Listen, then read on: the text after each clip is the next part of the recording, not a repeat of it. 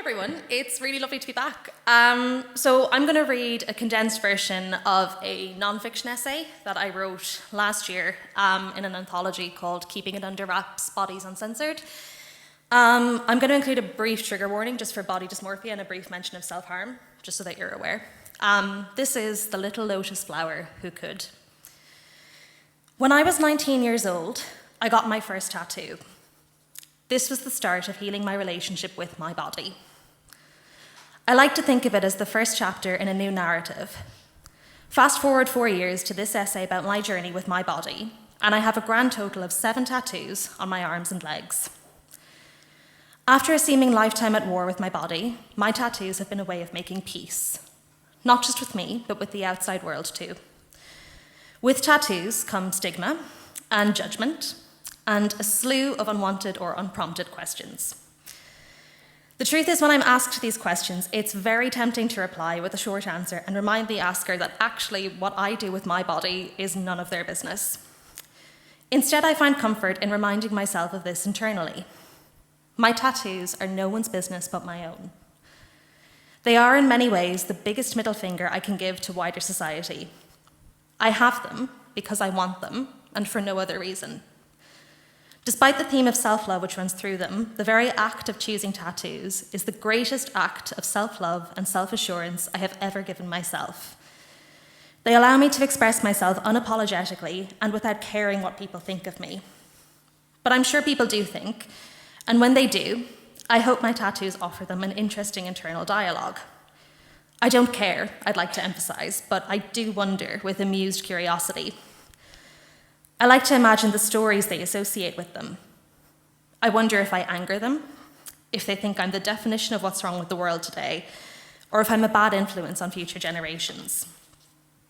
Ironically, despite a general consensus that they may find my tattoos off-putting or inappropriate, children are far more accepting of my tattoos than most grown-ups are. Especially in terms of my own future children, should I be so lucky. I like to think that my tattoos will teach them to celebrate their bodies and spare them the years of shame that I suffered.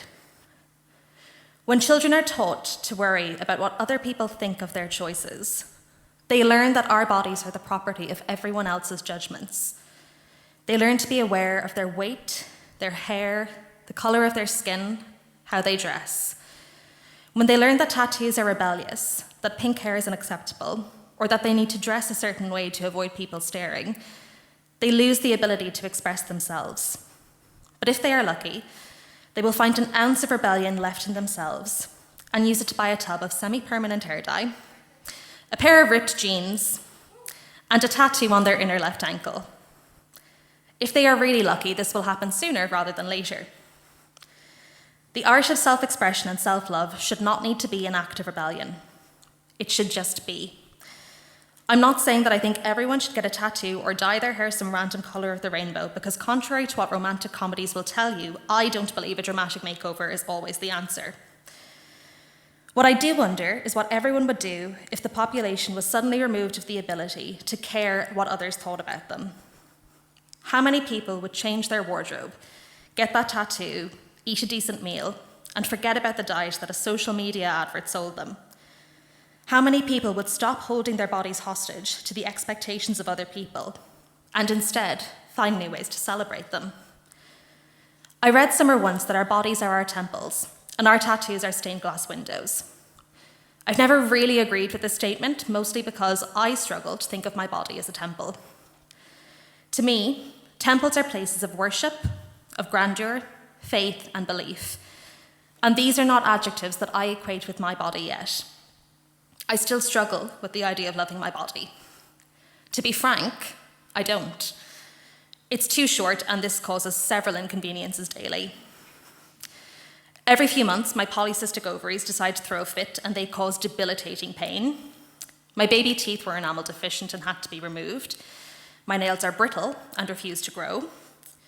My arms have patches of discoloration from episodes of self-harm. My eyes need glasses to see properly. My body is not my temple. It is a vessel that gets me through my day, from A to B, and sometimes it doesn't even do that properly. I am a reader and a writer. Putting those together means that I am a lover of stories. Instead of a temple, I prefer to think of my body as a story, and my tattoos are the accompanying illustrations, like my own little private cheerleading team. From my first little lotus flower to my newest heart balloon, my tattoos are part of a story that I am learning to tell. Thank you.